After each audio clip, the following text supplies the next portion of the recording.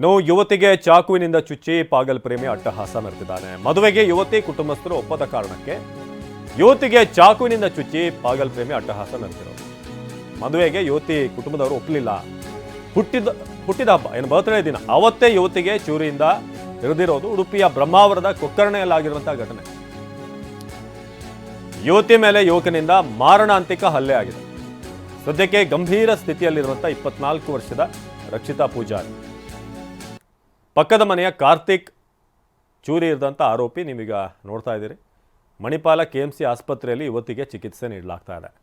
ಮದುವೆಗೆ ಹುಡುಗಿ ಮನೆಯವರು ಒಪ್ಪಲಿಲ್ಲ ಅನ್ನೋ ಕಾರಣಕ್ಕೆ ಯುವತಿಯ ಮೇಲೆ ಈತ ದಾಳಿ ಮಾಡಿರೋದು. ಗಂಭೀರ ಸ್ಥಿತಿಯಲ್ಲಿ ಸದ್ಯಕ್ಕೆ ರಕ್ಷಿತಾ ಪೂಜಾರಿ ಇದ್ದಾರೆ. ನಮ್ಮ ಉಡುಪಿಯ ಪ್ರತಿನಿಧಿ ಪ್ರಜ್ವಲ್ ಈ ಬಗ್ಗೆ ಹೆಚ್ಚಿನ ಮಾಹಿತಿಯನ್ನು ನೀಡ್ತಾರೆ. ಪ್ರಜ್ವಲ್, ಏನಿದು ಇಬ್ಬರ ರಕ್ಷಿತಾ ಮತ್ತು ಕಾರ್ತಿಕ್ ವಿಚಾರ? ನಂತರ ಏನು ಸಮಸ್ಯೆ ಆಯಿತು ಅಂತ ಹೆಣ್ಣಿನ ಮನೆಯಲ್ಲಿ?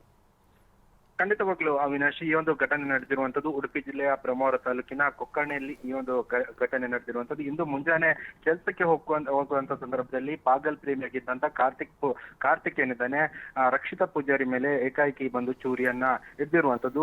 ಒಂದು ಕತ್ತು ಭಾಗಕ್ಕೆ ಮತ್ತು ಎದೆ ಭಾಗಕ್ಕೆ ಚೂರಿ ಇರೋದ್ರಿಂದ ಗಂಭೀರ ಸ್ಥಿತಿಯಲ್ಲಿದ್ದಂತಹ ರಕ್ಷಿತಾ ಪೂಜಾರಿಯನ್ನ ಮಣಿಪಾಲದ KMC ಆಸ್ಪತ್ರೆಗೆ ದಾಖಲಿಸಿರುವಂತದ್ದು. ಈಗ ಚಿಕಿತ್ಸೆಯಲ್ಲಿ ಚೇತರಿಸಿಕೊಳ್ತಾ ಇದ್ದಾಳೆ ಎಂಬ ಮಾಹಿತಿ ಕೂಡ ಲಭ್ಯ ಆಗಿರುವಂತದ್ದು. ಈ ಘಟನೆಯನ್ನ ನೋಡ್ತಾ ಹೋಗೋದಾದ್ರೆ ಕಳೆದ ಕೆಲವು ವರ್ಷಗಳಿಂದಲೂ ಕೂಡ ರಕ್ಷಿತಾ ಪೂಜಾರಿ ಮತ್ತು ಕಾರ್ತಿಕ್ ಪರಸ್ಪರ ಪ್ರೀತಿಸ್ತಿದ್ರು. ಆದ್ರೆ ಮನೆಯಲ್ಲಿ ಸಾಕಷ್ಟು ವಿರೋಧ ಕೂಡ ಕೇಳಿ ಬಂದಿತ್ತು. ಆದ್ರೆ ಮದುವೆಗೆ ಎಲ್ಲ ದಿನಾಂಕಗಳನ್ನ ಫಿಕ್ಸ್ ಮಾಡಿಕೊಂಡು ಕಾರ್ತಿಕ್ ಪೂಜಾರಿ ಒಂದು ಮದುವೆ ಆಗುವಂತ ಒಂದು ಬೇಡಿಕೆಯನ್ನ ಇಟ್ಟಿದ್ದ. ಆ ಸಂದರ್ಭದಲ್ಲಿ ಮನೆಯವರು ನಿರಾಕರಣೆ ಮಾಡಿದ ಹಿನ್ನೆಲೆಯಲ್ಲಿ ಕಳೆದ 2 ವಾರಗಳಿಂದಲೂ ಕೂಡ ಹುಡುಗಿ ರಕ್ಷಿತಾ ಪೂಜಾರಿ ಏನಿದ್ದಾಳೆ ಅವಳು ಕಾರ್ತಿಕ್ ನಂಬರ್ ಅನ್ನ ಬ್ಲಾಕ್ ಮಾಡಿದ್ಲು. ಇದೇ ಒಂದು ಸಿಟ್ಟಿನಿಂದ ಕಾರ್ತಿಕ್ ಪೂಜಾರಿ ಇಂದು ಬೆಳಿಗ್ಗೆ ಹುಟ್ಟು ಹಬ್ಬದ ಸಂಭ್ರಮದಲ್ಲಿದ್ದಂತ ರಕ್ಷಿತಾ ಪೂಜಾರಿಗೆ ವಿಶ್ ಮಾಡ್ಲಿಕ್ಕೆ ಅಂತ ಹೋದ ಸಂದರ್ಭದಲ್ಲಿ ಅಲ್ಲಿ ಕೂಡ ನಿರಾಕರಣೆ ಮಾಡಿದ ಸಂದರ್ಭದಲ್ಲಿ ಏಕಾಏಕಿ ಚೂರಿ ಇರಿದಿರುವಂತಹ ಘಟನೆ ನಡೆದಿರುವಂತದ್ದು. ಸದ್ಯ ರಕ್ಷಿತಾ ಪೂಜಾರಿಗೆ ಖಾಸಗಿ ಆಸ್ಪತ್ರೆಯಲ್ಲಿ ಚಿಕಿತ್ಸೆಯನ್ನ ನೀಡ್ತಾ ಇರುವಂತದ್ದು.